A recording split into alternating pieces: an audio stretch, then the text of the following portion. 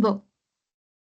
Great. Hello and welcome, everybody. Welcome to the webinar, Buildings in the NDCs, Practical Guide for the 2025 Revisions. The timing couldn't be better. It's the year of the NDCs 3.0. It's the year of the new national climate commitments. And we're going to be talking about the building sector. And for the building sector, of course, that means more ambition, more investments, more action, but also more inclusion. But this is more easier said than done. Yeah, and we want to look into it today with you, how that could work. So basically, very warm welcome to a webinar, which is organized jointly by the GlobalABC and by PEEB, the Partnership for Energy Efficiency in Buildings, and all of that in partnership with the World Green Building Council. So just quickly, so you know who's here. GlobalABC, you probably know, is the legally and global platform for all building stakeholders working towards zero emissions and resilient buildings. I think 280 members right now. That includes 39 countries and still growing quite a bit. I work for PEEB. PEEB is a global partnership. We work with 21 countries, also supporting energy efficient and resilient buildings. And we bring together financing on the one hand with a development bank, but then also capacity building and technical advice. But we also like sharing knowledge between practitioners and countries. And just quickly, we're a multi-donor partnership and we're financed by France and Germany, the European Union and the GCF. So about this webinar. So the question, like, why do we organize this webinar now? So when we look back in 2023, we did a global mapping. So we actually looked at all of the NDCs and checked what do they contain on buildings. And the really a bit surprising, but also very positive message was that 87% had something on buildings and in the NDCs. But then when we looked at what was in these targets, it was really quite varied. So some had concrete greenhouse gas reduction goals, some didn't. About 1 in 3 addressed building materials, financing, just in a very few instances, and quite often there was no, let's say, a backup with a clear strategy for implementation. And of course, I think some of it is really due to the sector. I mean, building sector stretches like a lot of topics. It's somehow fragmented. And also, of course, country circumstances are really different. And then, of course, when we say climate action, I think we're not only talking about mitigation. No, I think adaptation was already mentioned, but it's actually about like safe homes, affordability, in the spaces where people live and work. And so when we did this, we got all of these questions. So like, people wanted to look into the list, which you can access, of what is in the other NDCs and how other countries do it. So we really felt there's a strong need for mutual learning among each other, among countries, but also for guidance, support, and to really kind of help you prepare that path to good NDCs that actually suit your country context. And now we're here, and I'm very happy to say that the fruit of these discussions was a guide on the NDCs. The idea of that guide is really it pulls together the information that we already had. I mean, part of it by research, but very importantly also like talking to experts, practitioners to really find out what works.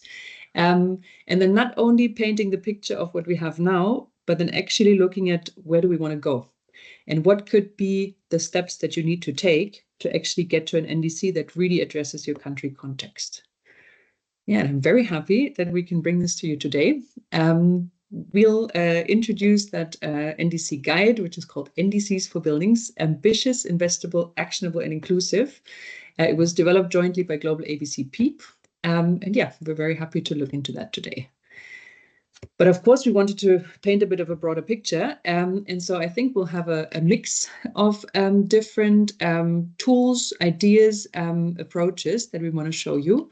So on the one hand, we'll hear about the NDC scorecard, I think, which is going to be interesting.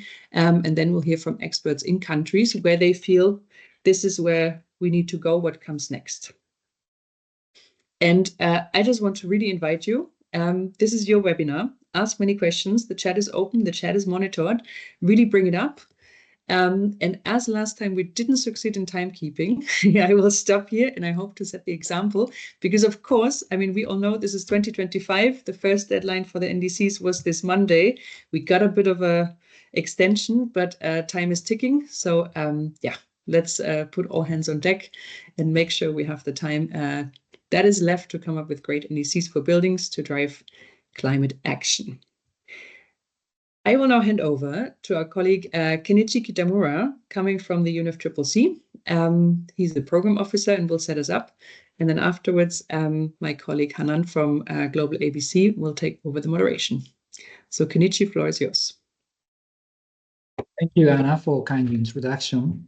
As we all know that global temperature has been increasing, and building is a source of a problem by generating greenhouse gas emission, but also building can provide solutions by reducing emissions, and many technologies are already available. And also buildings plays an important role in protecting people from negative impact of climate change. And Anna and GlobalABC Secretariat's report clearly highlighted the current status of integration of building into NDCs is somewhat unlimited. So the description of the policy and measure related to buildings tend to be limited to only specific aspect of the buildings, such as energy efficiency alone or appliances. It doesn't necessarily mean the climate action buildings on the ground are not implemented, but it gives some indication about the level of integration with building policy and mitigation action business and the global process of NDC preparation and implementation. For example, more than 90% of NDC mentioned renewable energy deployment. It's now clear that renewable energy is mostly integrated in NDCs, but in other areas such as buildings, there are still rooms to be improved. And there are many barriers and several barriers for this integration, but I'd like to emphasize our focus one barriers. It's about fragmentation. So fragmentation of stakeholders, data, and knowledge. And many of you from the government and those who engaged in policy process understand that coordination among different parts of the ministry is a big challenge, and the coordination between national government, state government, and local provincial offices, and also data on greenhouse gas emissions and other data related to building policy and business is often scattered around. And people have experience with both climate change and the buildings tend to be limited. So these barriers need to be overcome to push climate action buildings, often in the context of NDCs. And as Anna mentioned, this year is the year for countries to submit NDCs, and the technical deadline was this week, but we have fewer than 20 new NDCs. But our executive secretary often highlighted that quality matters. And also there are still some time until the COP 2030 in Brazil this year. So NDC preparation and implementation provides a clear political opportunity to mobilize resource and raise awareness.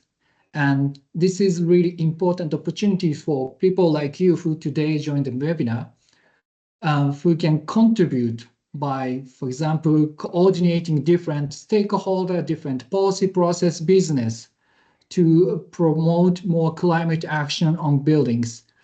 And this year provides a clear opportunity for you to promote climate action on buildings. And let me finish now, and thank you very much for opportunity to join this webinar, and I'm looking forward to the discussion. And let me hand over back to the moderator. Thank you. Thank you very much, Kenichi, for this.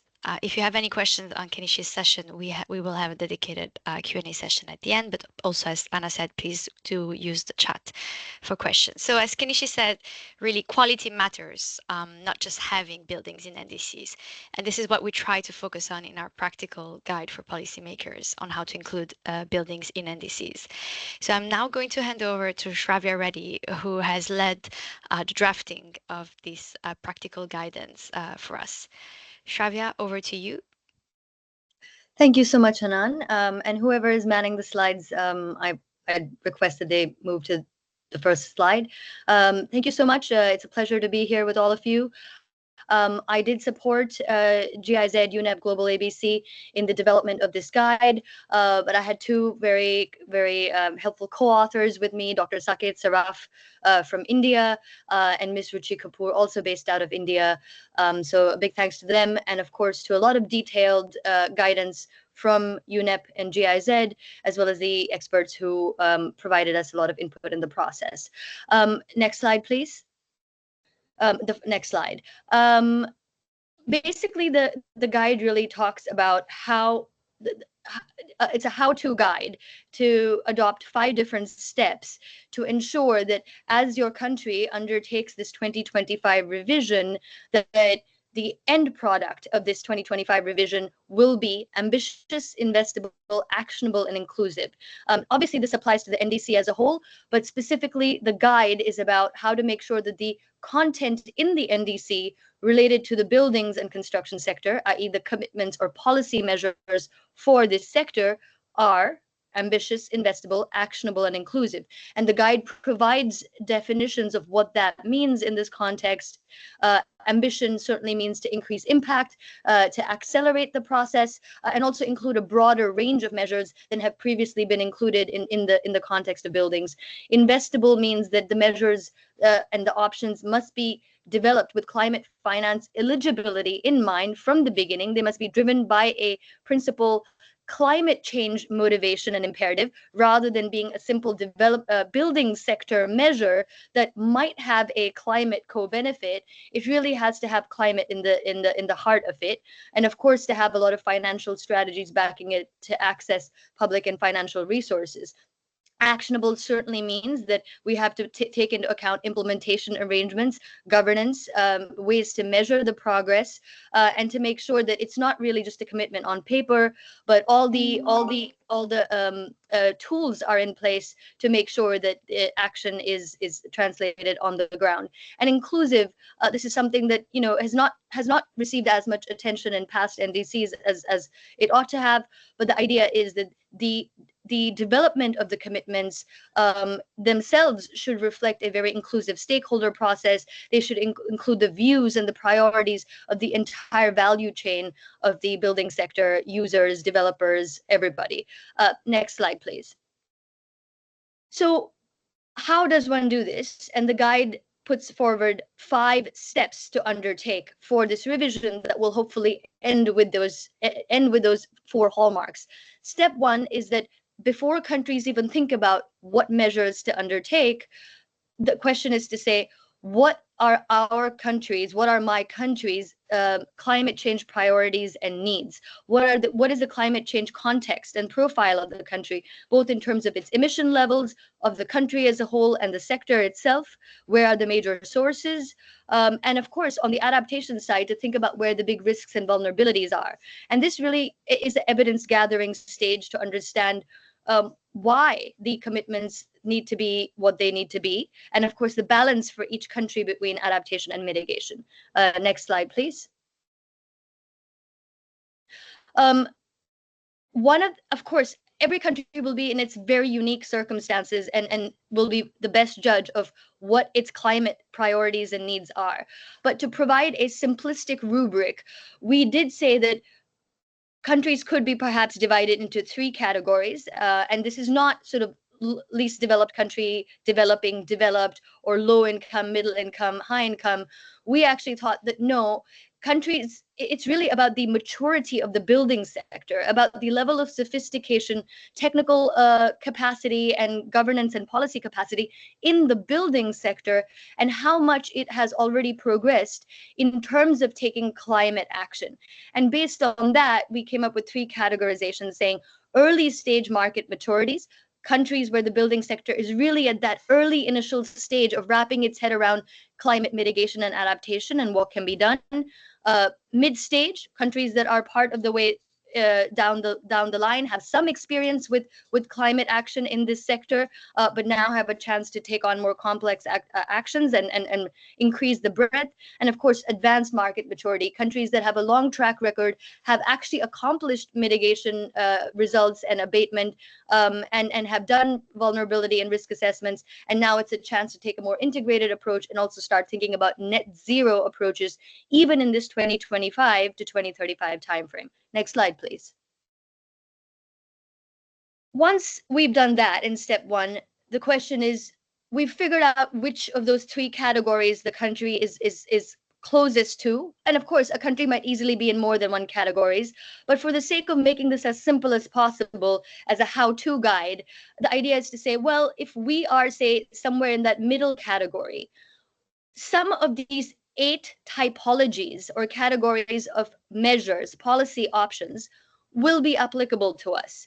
Of course, all 8 might be applicable to all countries. However, depending on the country's climate priorities determined in step 1, we might find that for some countries, some of these are more relevant. Countries with a lot of old building stock might be more might find more impact in building retrofits. Countries that are fairly advanced in their decarbonization efforts might find more opportunity in materials and circularity, and net zero materials and things like that. So either way, step 2 is to kind of actually start choosing. These are almost like 8 drop-down menus of categories of actions. Next step, please. Next slide, I mean. Step 3 is, once we've had a chance to say, well, which of these 8 are most applicable for us? We can't do everything that's under all 8 because resources are finite. There's a 10-year time frame.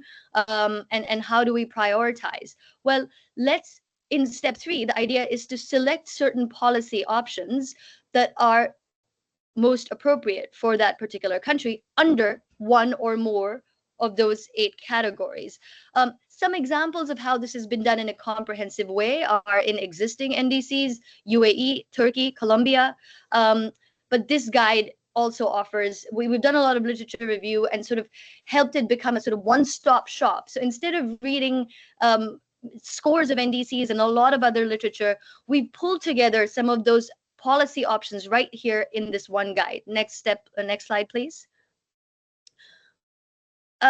And you'll see in that section of the guide, and I'm sure somebody in the chat has put the link to the guide, so you're all invited very much to look through the guide and familiarize yourself with it, because we won't have time to cover all of this in today's presentation.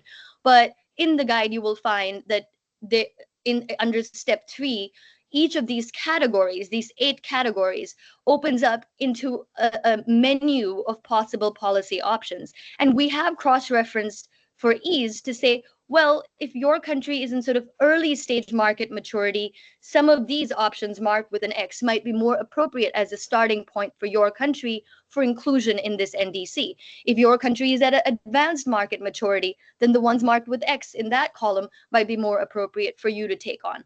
Again, the question of what's been marked with X is more about what's a good starting point. If your country has already done those measures and has accomplished them in a comprehensive way, then by all means, go to the next stage or select additional ones. But often countries want to know kind of what is the baseline, the kind of starting point to really make the buildings component of the NDC comprehensive, and that's what this guide offers. Next slide, please. So the next several slides, until we get to step 4, are just examples of how those 8 categories open up with examples of these policy options to choose from and which market maturity level they are tagged with. Next slide, please. And if possible, let's just keep going till we get to the slide that says step 4. Yes, this one. Well, one slide back. Step 4, yes. Step 4 is, once we've actually selected the substantive measures, the technical policy options to say these are going to be our commitments, our actions, what's equally important, but was previously neglected in NDCs, is to say, well, let's also affirm the enabling measures that need to be put in place to effect them. It's not enough to just have a commitment. We actually have to think about how to translate that into action. And for that, we've also offered a 5 categories of enablers, enabling actions that should also be included in the NDC. And so the first, so under step 3, we're really talking about the what should the NDC be committing to for this sector? And under step 4, it's really about the how. How does the NDC foresee the country achieving these? But let's actually be explicit about them and create some accountability about that. Next slide, please. So the enablers are, I think there's 5 of them. There's finance and incentives. Next slide, please. Awareness and capacity building. Next slide, please. Inclusion, equity, and justice. Next slide. Enforcement and governance. Next slide, please. And digitization MRV. So again, this is a lot about the how, and these may or may not, wind up in the same section of the NDC that contain the actual commitments, but they should be, say, in a technical annex. They should be an NDC implementation roadmap. But it's important right at the outset to just say how each country is actually going to bring to bear the resources and the systems to actually achieve those commitments. Next slide, please. And then step 5 is, once we've done that, so we've thought about country context, we've looked at which categories of measures might be most relevant to our country context for this sector. Under each of these categories, we've selected ones that seem to be most appropriate for us. That's the what. And then under the enablers, we've figured out the how, and we've combined all of that together. It's a point to say, to check and make sure that the NDC that we've framed is actually ambitious, investible, actionable, and inclusive. And the guide provides checklists for each of these. So it's a chance to ask some questions and say, okay, the content that we put in, does it reflect X? Does it reflect Y? And if the answers to most of those questions are a check, then it is, in a sense, by default, indicating that your content is, in fact, ambitious, investible, actionable, and inclusive. The next few slides just show those checklists. I'm not going to go through them. They're in the policy guide. But yes, ambitious, investible, actionable, and inclusive. Yes, please. Finally, the policy guide also has a handy blueprint. It's a sort of template for what your NDC section on buildings and construction could actually look like. Again, every country's NDC will look different. One of the challenges in the past has been that the buildings and construction sector often gets subsumed under just a broader energy category. And part of what we're saying is, no, it's really important to pull that out and showcase it separately. And for that, we offer this blueprint as a starting point that you can, of course, build on. I won't go through what this blueprint contains, but it offers what each section might contain, including a baseline description, overview of the sector, progress on the previous NDC. Next slide, please. Specific targets, of course. And then we provide a sort of structure. It's a tabular structure intended for ease of presentation. A blueprint, as you know, is often a visual representation of the design and the content. And that's the idea behind this blueprint, which is that if the commitments that are selected, the policy options that are selected for your 2025 revision are presented and articulated in this tabular structure, simply by having to organize it in this way and provide these pieces of information, simply by doing that and building this out, you will in fact achieve those hallmarks of ambitious, investible, inclusive, and the 4 hallmarks. So next slide, please. Yes, and that's it. So happy to answer any questions or comments. And of course, the vast bulk of the content is in the policy guide, so please refer to that. Thank you so much, Rabia. That's super helpful. So this is really a practical guide. So we want to hear from the audience on whether you have specific questions about the different steps that Rabia has mentioned, or anything that kind of gives us feedback on how well you would want to use it and how maybe you think it should be tweaked, or so. Any questions? Open the floor now.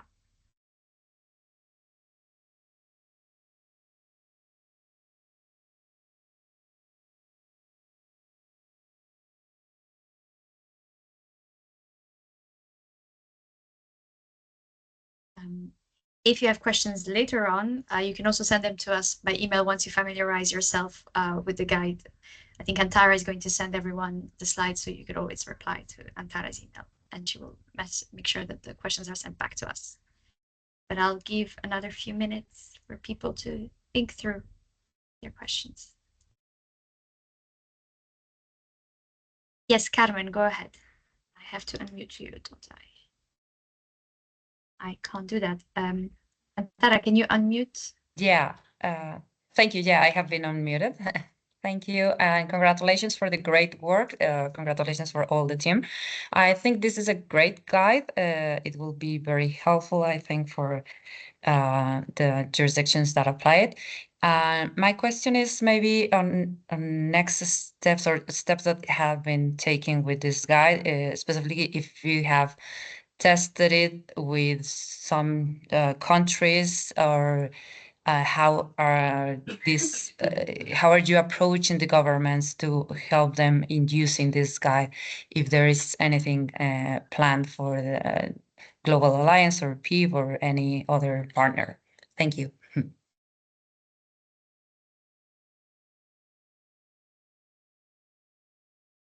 Anna, you want to go ahead? I'll follow suit. Yeah, that's a question actually to us. So I think the question is both on the question of work on the NDCs, and then I saw there's a specific question about baselines, because I think greenhouse gas emissions, that's a really important one.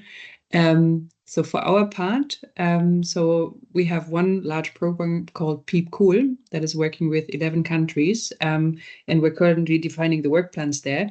And it looks like there will also be a bit of work on the NDCs. But that, of course, is limited to the countries that we work with, and that are already pre-set.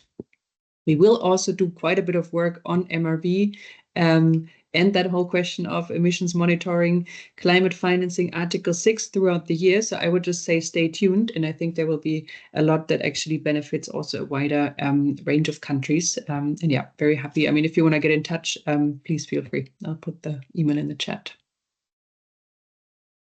On the UNEP and GlobalABC side, the answer is quite similar in the sense that we do have some funding centrally to support countries with their NDC work through our NDC team. And us specifically at GlobalABC, we will be trying to work with the countries where we're already working on roadmaps, for instance, to help them in the second step, which is really to design a strong NDC. So yeah, we will be probably starting modestly with the countries where we already have operations, and then expand as funding becomes available. And yeah, same as Anna, do get in touch if interested.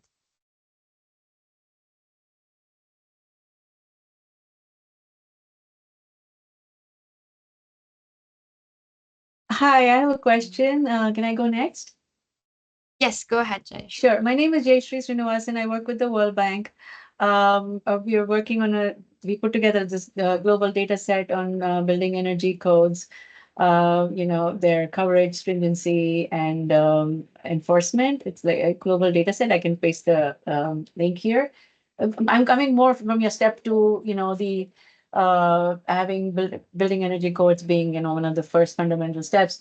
So so is there plans to also put together more guidance on how frequently building energy codes should be updated to align with NDC targets, which gives industry sufficient time to adapt, and also, something on enforcement, implementation enforcement, if some effective mechanisms, especially in countries with limited institutional capacity. And then, also about market readiness, right? So how can countries assess if their construction industry is ready for more stringent energy codes? So these are things that even we have been, while putting together an analysis of our global data set, that we've also been looking into, trying to get more data on this. We are planning to do a second round of our global data set in the next couple of years, where we want to delve deeper into these areas. But I wanted to understand also from you guys if some expanded guidance is also coming maybe from your side. Thank you. And thank you for this great work. This is just amazing. Thank you.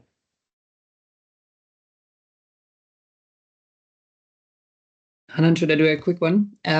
And I think the answer is like both satisfying and unsatisfying, because I think we all know enforcement is a huge issue. No, I think you can have the most beautiful piece of legislation in place, but then how do you kind of like implement it? What are the tools, etc.?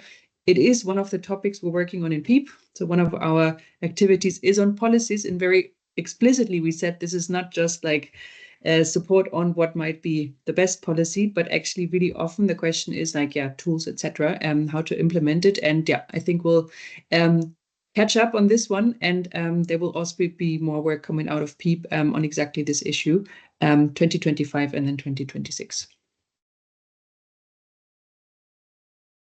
Thanks for the great question.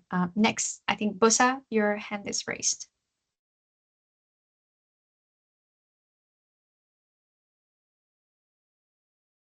Recently, Could you okay, unmute maybe your- my background.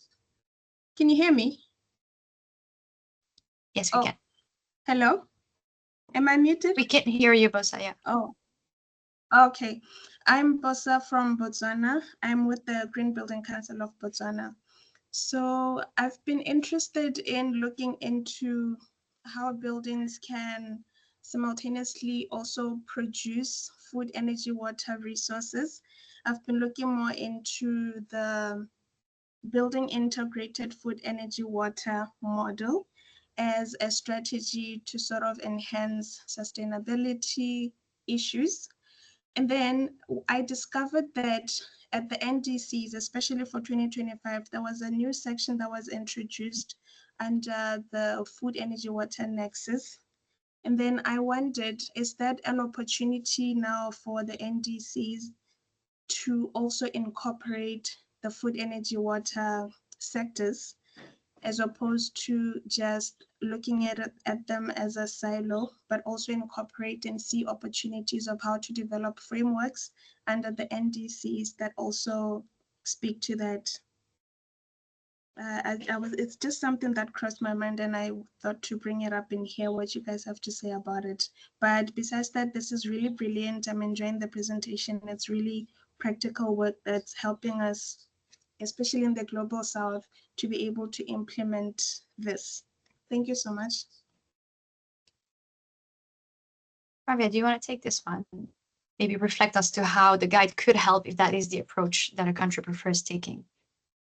Sure, and I think every country probably battles this of how to take essentially an economy-wide, very integrated approach to NDC commitments, noting that climate is a cross-cutting issue, and many sort of measures are multi-sectoral in nature, right? And so whether to do that or to really take a sort of sector by sector, subsector by subsector approach, and I think the answer really depends on each country, each country's own capacity to undertake cross-sectoral, multi-sectoral actions. That tends to require a much greater degree of kind of sophistication in terms of governance arrangements, of decision-making, coordination, of cross-sectoral working groups, and experience with working at these nexus levels: food, energy, water, etc. I think what we found with the NDCs in the past is that unfortunately, the NDCs are even already as they are not ambitious enough. And even the ones that are ambitious, there's been huge kind of gaps in implementation. And every time there's a stock take, it's very clear that we're very far from what's even been committed. And I think with that in mind, it's probably advisable that each sector do as much as it can within its own purview, and really be ambitious and take a strong sort of sectoral position. But over and above that, of course, if there is the capacity for an individual country to then look at these different issues and figure out some cross-sectoral mechanisms, and identify in these nexus areas, especially how mitigation actions can have adaptation co-benefits, and adaptation actions can have mitigation co-benefits, and more innovative financing that can actually help these types of nexus areas. So there is a lot of scope for what you're talking about. I think it's a fine balance between adding to complexity in a space where even the existing commitments don't really seem to get delivered on, and perhaps recognizing that actually the real world doesn't work in silos, and maybe there is some room for more intersectoral approaches. Thank you so much, Shravya. There are loads of very, very interesting questions. Some are sparking debates that are slightly outside the scope of the report, but are extremely important. However, we're a little bit pressed for time, so we're going to move on to the next session. So I'm going to invite Audrey to come and talk to us about the NDC scorecard work that the World GBC is doing for sustainable buildings. Audrey, over to you. Great, thank you so much, Anna, and thank you, Shravya, for talking us through that. So it's a real pleasure to be here with all of you today. So I'm Audrey, I'm representing the World Green Building Council. So we are a global network of around 75 green building councils, and we work really to position the built environment as a critical solution to climate change, which I'm sure all of you on this call are already aware of. Within our network of 75 plus GBCs, we cover 60% of the world's building stock and 65% of global GDP. And the countries represented in our network account for about 72% of built environment emissions and 60% of the world's population. And we really believe it's the global, regional, local reach of our network that enables us to harness what is quite a fragmented value chain, so that we can align, partner, and scale to build the right policy environments, the right financing environments, and then the right social and cultural environments to deliver more resilient and sustainable built environments. So I think my colleagues have set the scene really well in terms of the impact of the built environments, the challenges we face. And as you know, there is a huge amount of great work that is being done in this space by PEEB, by GlobalABC. And what we've tried to do with this scorecard, which I'm going to talk you through, is to surface all of that amazing work and try to consolidate it into what is hopefully a very useful tool for stakeholders to use to assess how their NDCs align against what we believe is best practice policy. So we are still in the development stage of this tool. It's been co-developed with a number of GBCs, some of whom are on the call, who are piloting the approach. Those GBCs are Brazil, Colombia, Egypt, Nigeria, and the Philippines.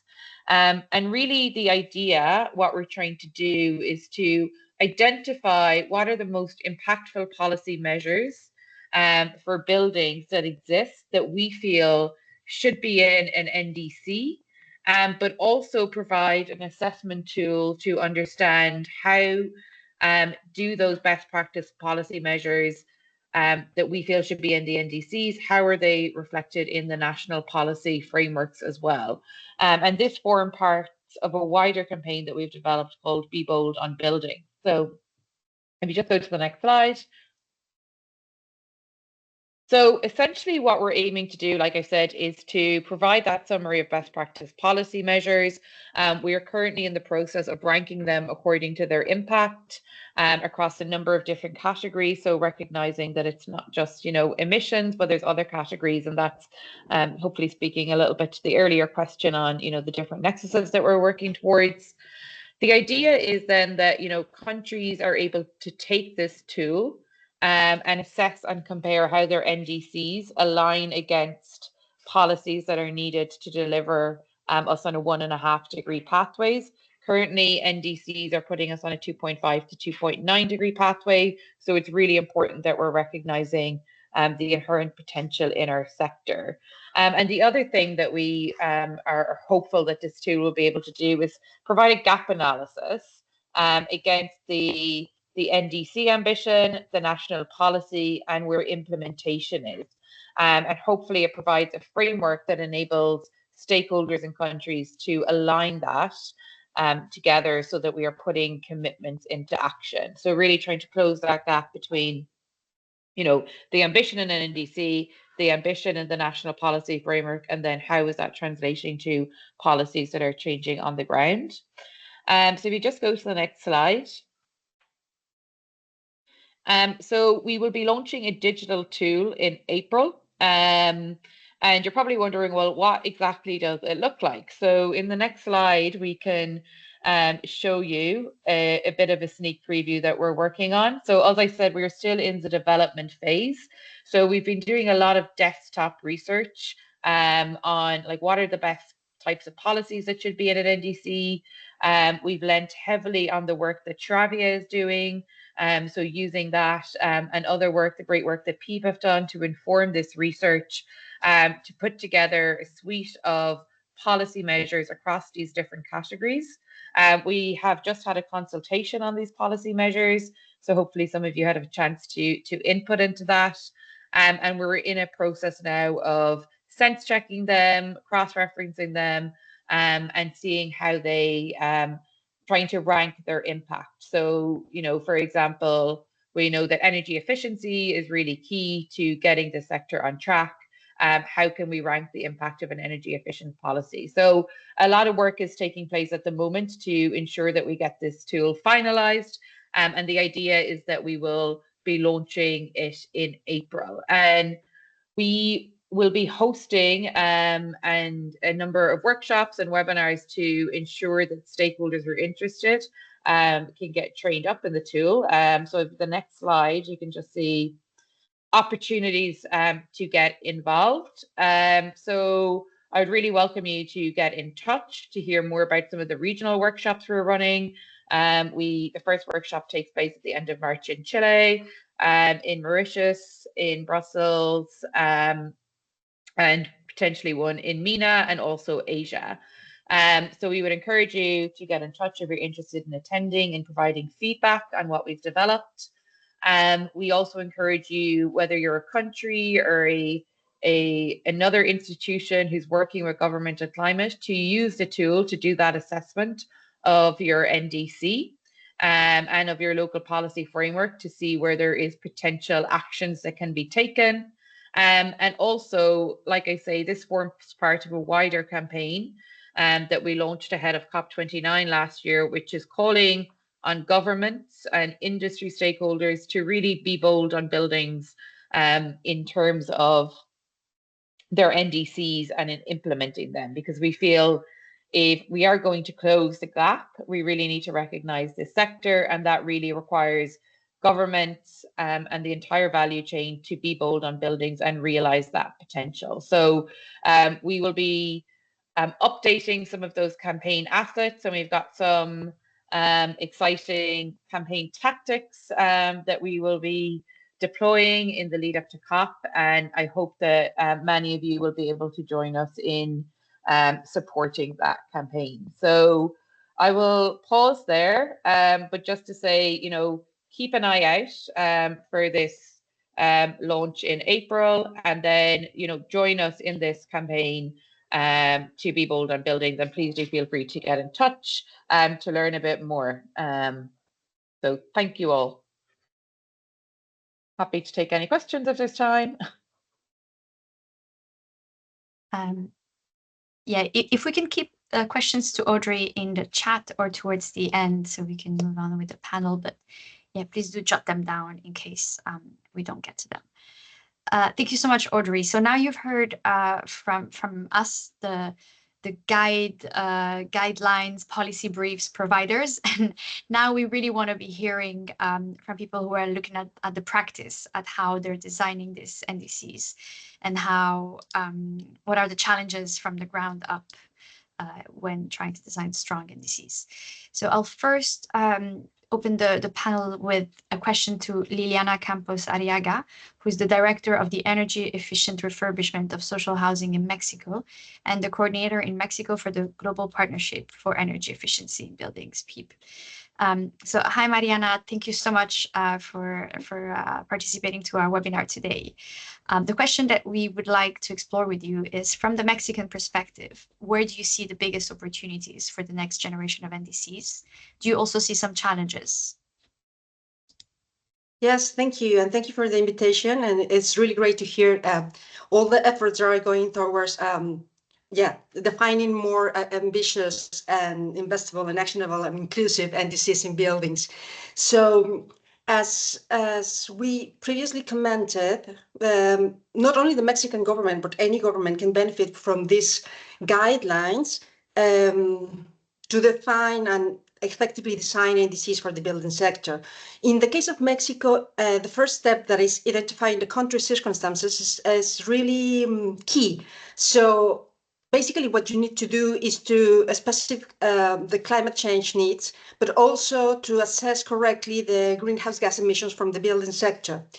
In the case of Mexico, this is tricky because electricity tariffs are currently not really reflecting the big opportunity for the energy efficiency in the building sector. Residential electricity tariffs are well defined and they are varying according to the climate zones, but for non-residential buildings, this is not the case. Especially for large-scale building, mixed-use buildings, these are labeled or categorized like industry tariff. So even though there are no industry activities, and I'm talking commercial malls or shopping centers that have also office activities in there, or other recreational or commercial activities in there. So there's no industrial processes within them. And then the electricity tariffs in Mexico are labeling or categorizing them as industry. So when you see your inventory of greenhouse gas emissions, of course, you see that industry sector is very energy consuming. Therefore, it has a huge opportunity to reduce greenhouse gas emissions, and that is not the case. So for Mexico, this is really a big opportunity to really look into the electricity tariffs and how they are divided to correctly assess the potential, and then of course the other steps, identifying vulnerability to climate risks and so on. But in the second step is really relevant to identify the types of measures, and from the 8 broad categories that we've been shown earlier, I think building energy codes is in Mexico is the most, let's say, work and where more efforts have been put towards to. Many international organizations, the Green Building Council, WRI, GIZ, have been working towards improving the building codes.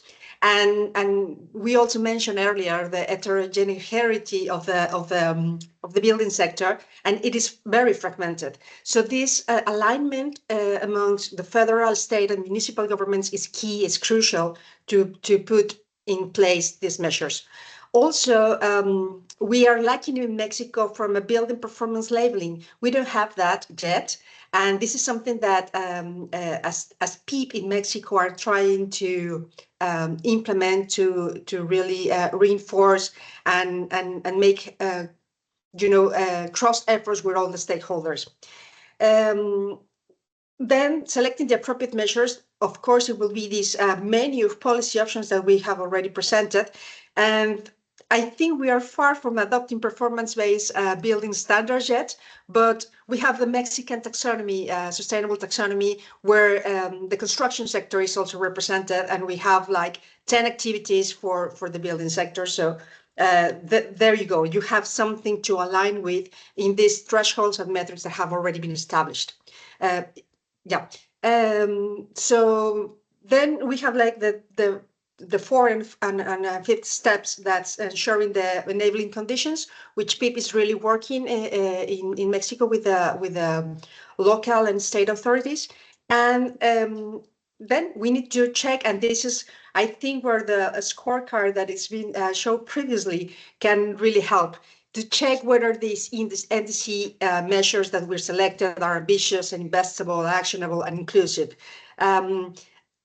I think we are right on time to get, to benefit from this guidance. It's really helpful to have something like that, and really to check if our measures that we are proposing for the NDC are going to lead us to the path of reducing the greenhouse gas emissions. Thank you very much, Liliana, for this great intervention and perspective from the Mexican side of things. Now we will move on to Clarissa Lene, who's the country engagement partner engagement manager for the NDC Partnership Support Unit. So Clarissa, from your experience on supporting diverse countries, what are the main gaps in how buildings are currently integrated into NDCs? And how can the NDC partnership help bridge these gaps to accelerate implementation? In particular, Clarissa, if you can maybe reflect on some of the questions that were asked specifically on this in the first session, that would also be great. Sure, happy to. Thank you, Hanan. Thank you. Are you hearing me okay? Perfect. Great, thank you so much. So in some ways, I'm going to pick up what Kenichi noted in his opening. So obviously challenges differ from country to country, but the partnership is now engaged in over 100 countries, providing support on NDC development and NDC implementation. And we consistently see the same obstacles to pursuing economy-wide NDCs in line with the recommendations of the last global stocktake, for example. So as Kenichi noted, one of the primary ones is lack of interministerial coordination. And this is a particularly difficult point for the building sector, which often is quite cross-cutting with overlapping mandates between different ministries. It covers energy, it covers industry, urban planning, etc. So typically the Ministry of Environment, as many on this call will know, holds the mandate for the NDC development process, but it critically depends on line ministries and agencies to accurately reflect the full ambition potential across different sectors. So there are countries, Morocco comes to mind, Colombia, that have really fantastic climate coordination mechanisms, but many struggle to maintain active consultation and coordination across all relevant government entities, including subnational actors, as was also noted previously. This also extends to non-governmental actors, including the private sector. Private sector actors, civil society organizations, these are really the stakeholders that are ultimately going to implement NDCs. So they have really essential insights into what's possible in the particular sector and finding effective ways of engaging in a whole of society approach, not only to updating the NDC document, but also to implementing it and to tracking implementation actions through the next 5 years to the next enhancement cycle is key. Relatedly, and also as Kenichi noted, a lot of governments lack the technical expertise, capacity, and data that they need to set coherent targets for the building sector. And support from international sources, while present, remains insufficient. So in terms of how the partnership can bridge the gap, and maybe here I'll just provide a quick scene setting on what we are. The partnership is now a global coalition of over 230 countries and institutions that's developing and developed countries, UN agencies, multilateral development banks, NGOs that are working together to help countries implement ambitious climate action that delivers not only the Paris Agreement, but also the Sustainable Development Goals. And the way that works in practice is that we work with counterparts in the Ministries of Environment and the Ministries of Finance and/or Planning. So those are our focal point entities. But those entities are gateways to the whole of government. So they are supposed to be coordinating closely with their own counterparts in all of the relevant line ministries and agencies, subnational government entities as well, utility companies, the works, to understand what may be possible and also what is needed in terms of support. They articulate those needs to the partnership, and we then work with partners to put together tailored packages of technical assistance, expertise, and project financing to respond to those needs. Really core to this model is embedded advisory support. So, for example, to respond to the coordination, I think someone might be unmuted, so requesting support to mute. Thank you. Thanks very much. So a core part of that model is embedded advisory support. On the coordination challenge that I noted previously, for example, we embed what we call in-country facilitators or facilitation teams. These help coordinate NDC development and NDC implementation at the national level. Sometimes countries also ask for support to develop NDC secretariats, climate finance units that centralize resource mobilization responsibilities for NDC implementation. So a lot of options there to build capacity in a more sustainable way by having embedded advisors that are really sitting in those ministries and providing real-time exchange with their counterparts. We can also do that sector by sector. So we've embedded, for example, senior energy advisors, senior industry advisors, and similar things could also work for the building sector. In terms of other enabling support, and I think this goes to what Audrey noted in terms of that enabling framework, and also what Shravya noted on this point as well, aligning NDCs and legal legal, regulatory, and policy frameworks that are relevant to the building sector is another really important one, and one where a lot of our members have requested critical support. I took a quick look at the requests that the partnership has gotten on this topic. So we have a data set of about 7,000 requests that countries have submitted to the partnership in the first 8 years of its operation. And among the ones that touch on the building sector, most of them are focused on strengthening that legal, policy, and regulatory framework. Additionally, we provide support for investment and implementation planning. So this was also touched on previously, in the importance of not only updating NDCs, but making sure that they're implementable and investable. And we find that both that planning support and support to mainstream those plans into national development planning processes, subnational development planning processes, sectoral development planning is really fundamental. Maybe just to focus on the NDC development piece in particular, given where we are in the current cycle, I want to note that the partnership launched what we call the Global Call for NDCs 3.0 and long-term low-emission development strategies at COP27. This is a call that's running up until the end of 2025. And so far, I believe 75 countries have now requested support through the Global Call, most of those on NDCs 3.0, but also a number of countries looking for support to update or develop long-term low-emission development strategies and align those two documents. Finally, I also wanted to flag that we have what we call the NDC 3.0 Navigator. That's a tool that consolidates all of the expert-created strategies and resources that exist out there. I actually just flagged the guide today to make sure that we add it. And it helps experts that are involved in updating these documents understand nationally appropriate opportunities for increasing ambition in the next round. So I'm happy to share those resources after the call, and thanks again for the opportunity. Thank you very much, Clarissa. That was really tour de force, good on what the NDC partnership can do to help. And thank you for pointing out the issue on the importance of having the regulatory framework, which follows with the NDC. Now over to our last panelist, Felipe Faria, who is the CEO of GBC Brazil. Felipe, could you please tell us how can the scorecard that Audrey presented earlier help close the policy gap and further ambitions ahead of COP30 by providing a very practical tool that clearly states where the gaps are and therefore what actions are needed in a local context to align the sector with the global climate goals? Yes, hello everybody. It's a pleasure to participate in this discussion. Hi Liliana, Audrey. So I think, yeah, the experience of this project, the scorecard, NDC scorecard for sustainable buildings, I think it was, for us, it was very valuable because the GBC Brazil is very focused on private sector. So we are very strong with the main leaders of the in terms of developers and builders. And we also have some proximity with federal government. But mainly our advocacy is focused on municipalities. So it was an opportunity to return again our contacts and involvement with federal government.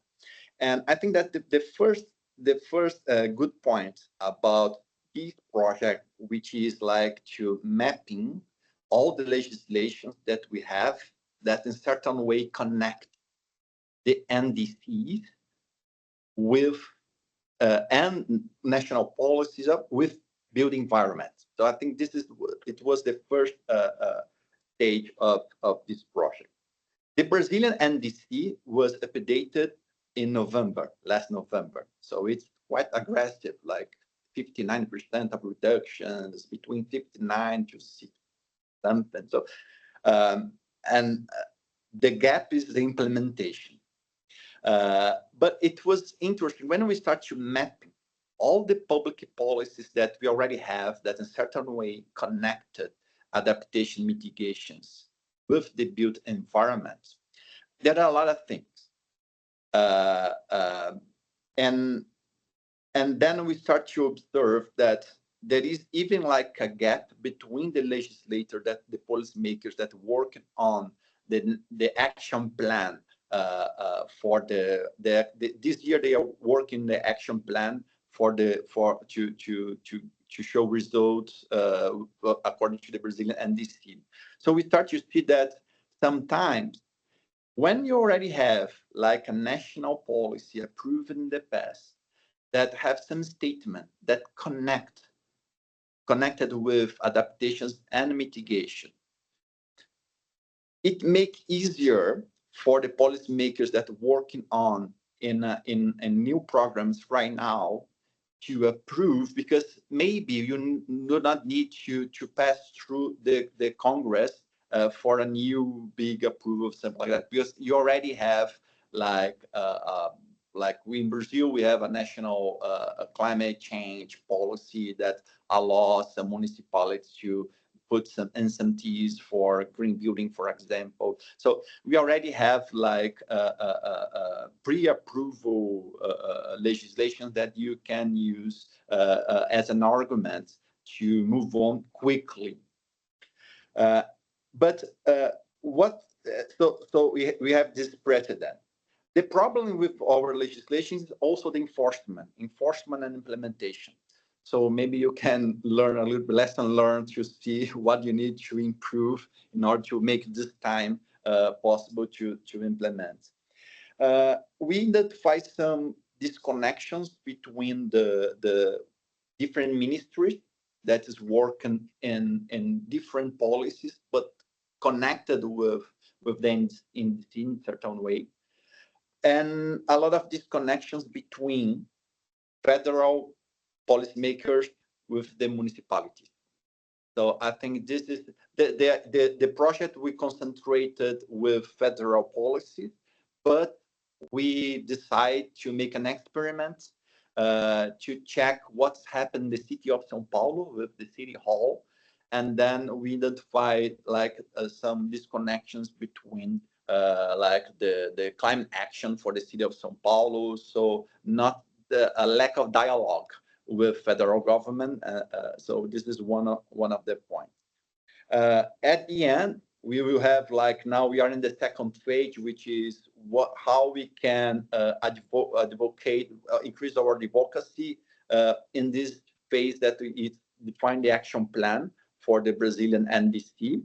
So there is a interministerial commission, but we are working with some ministries before to give some recommendations for this superior group. We are going to have now like we will connect some. The good thing about the green building that we have in our database, like we call the early adopters.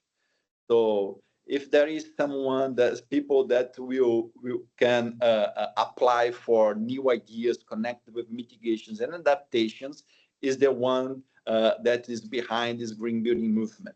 So we will have like a meeting in the end of February with the Ministry of Energy, because the Ministry of Energy are working on the minimal requirements of energy efficiency.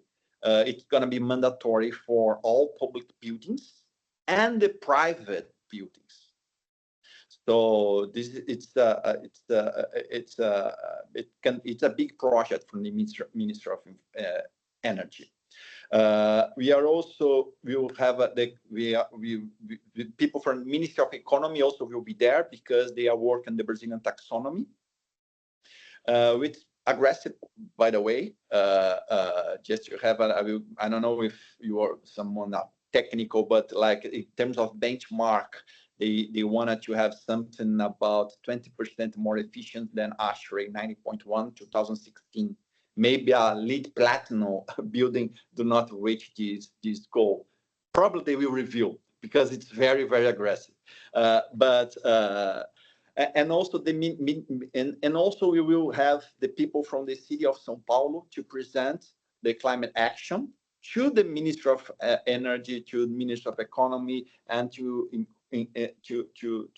because on the municipality level, we can talk more about green building practice. We can include biodiversity, because it's the competence of legislate about those some topics it's more municipality than legislate in a way that you can really implement action. So I think this is the main.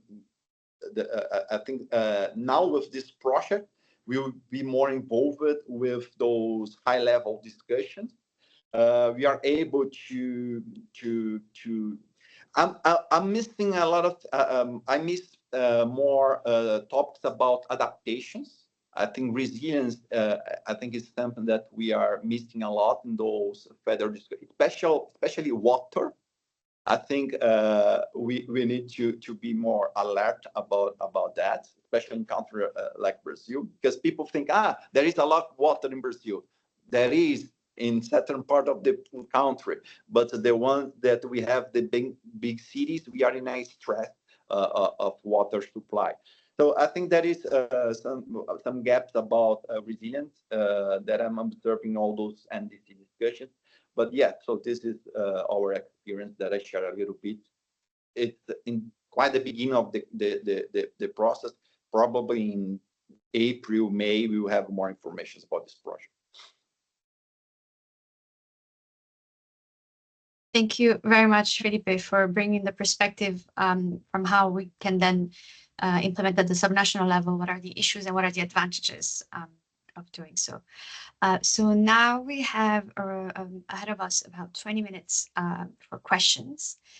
So I would encourage anyone to raise their hand and ask the question orally rather than in the chat. But if we don't get to it, please do put them in the chat. The floor is open. You could ask to our panelists or to any of the previous speakers as well.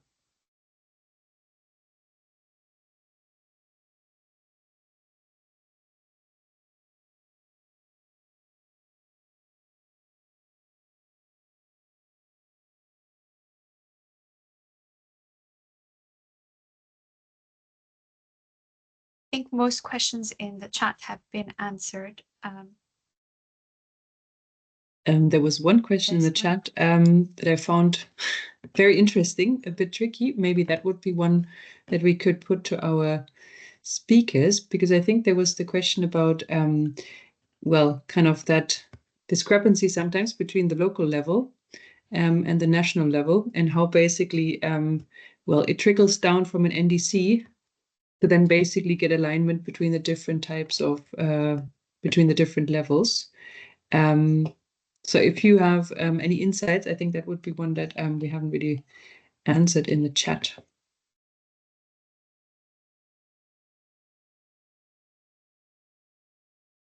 Liliana, go ahead.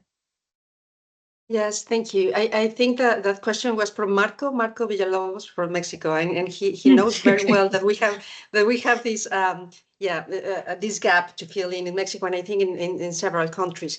And this is why this steering structure is also very important, and enabling conditions to get everybody on board in the same table, federal, state, municipal level to basically talk about who is doing what, and in the NDCs, relations. So Marco, I think basically just to sensitize and knowledge sharing with the municipalities and within those ones that are moving straight forward, that are like in the front lines on the climate action. I think this knowledge sharing among them is really useful, and that's why programs like the PEEB Cool is very useful in that sense of enabling conditions and bringing all the stakeholders together, and perhaps doing some multi-stakeholder partnerships just to tackle this issue of the NDC implementation. That's what I would say. Thanks, Liliana. I guess Felipe, you might want to also answer to this, given that was a big point in your presentation. Yeah. Okay. So one of I will anticipate a little bit, but it will be discussed at the end of the month. But I think probably one of the suggestions that will be part of this this project, it's gonna be that we have, like in Brazil, the Institute of Cities, which is a federal legislation. But this federal legislation, we have some statement about that it's related with expectation, like risk assessment, climate risk assessment, but nothing about mitigation. So I think that we will suggest two alternatives. One is to make some amendments of this statute of cities, where we can give like some guidance connected with this NDC expectations for the built environment to be complemented by the building codes, which is responsibility from the municipalities. Or the other suggestion can be even better, is to have like a national policy about green builds or something like that, sustainable builds, a national policy only connects about green buildings, something like that. Thank you very much, Felipe. Clarissa, you have your hand up. Go ahead. Just to very briefly compliment, I think we often talk about subnational actors primarily in terms of cities, but also talking about states and regions, and a coalition that's done a really good job of elevating this topic is the Coalition for High Ambition Multi-Level Partnerships, or CHAMP. So it was launched at COP28. And I know that Brazil has actually been very engaged in this, given they hosted the U20 last year, and Lula actually received the communique from the mayors that were in attendance there. And the whole idea behind that is to really enhance cooperation between national and subnational governments in the planning, financing, implementation, and monitoring of climate strategies. So really encouraging people to look more into the work that coalition is doing, and see whether the country that you sit in has signed on to that pledge. Thank you. Thank you, Clarissa. And at the GlobalABC, I wanted to add that we do recognize the importance of this, which is why we've only just launched in 2024 a new subnational action group that will be looking exactly at this sort of issue. So it is really at the forefront of our work also here at GlobalABC. If we have any practitioners in the audience and you want to respond to the questions as well and give us your take on it, we would really welcome that as well. Or anyone from national government or subnational government that wants to give their experience of success or of issues that they've encountered.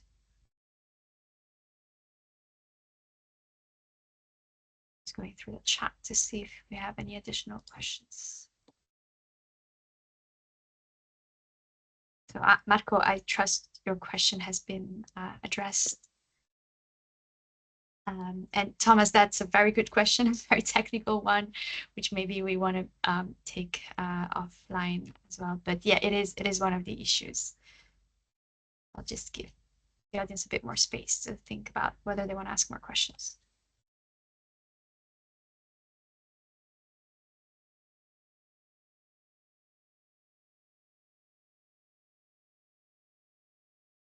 Well, if not, we can conclude this session that was extremely rich. I think we got several issues that really came up. So I think we can agree that quality matters, intergovernmental, interministerial coordination matters. We've heard also about the particular challenge of the building sector itself being fragmented, and how do you best address the fact that different parts from the sector are actually lying in different subsectors.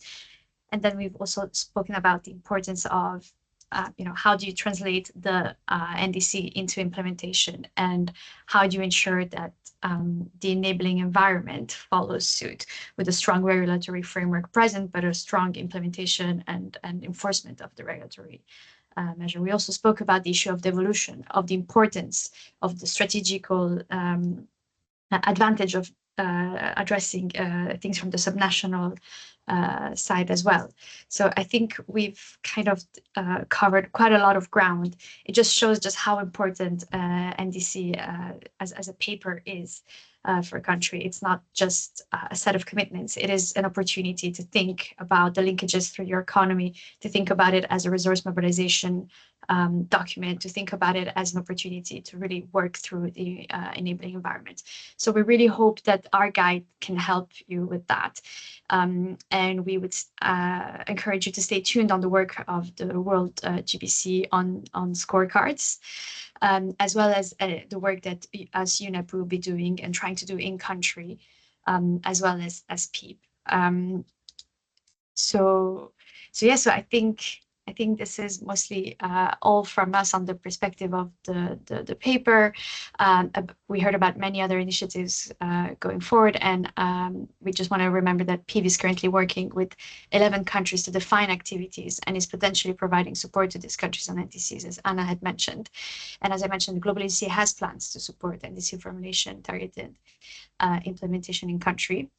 And we would like to also take the opportunity to invite all of you to look at the GlobalABC General Assembly in April in Dresden, where we will be discussing this topic with our members.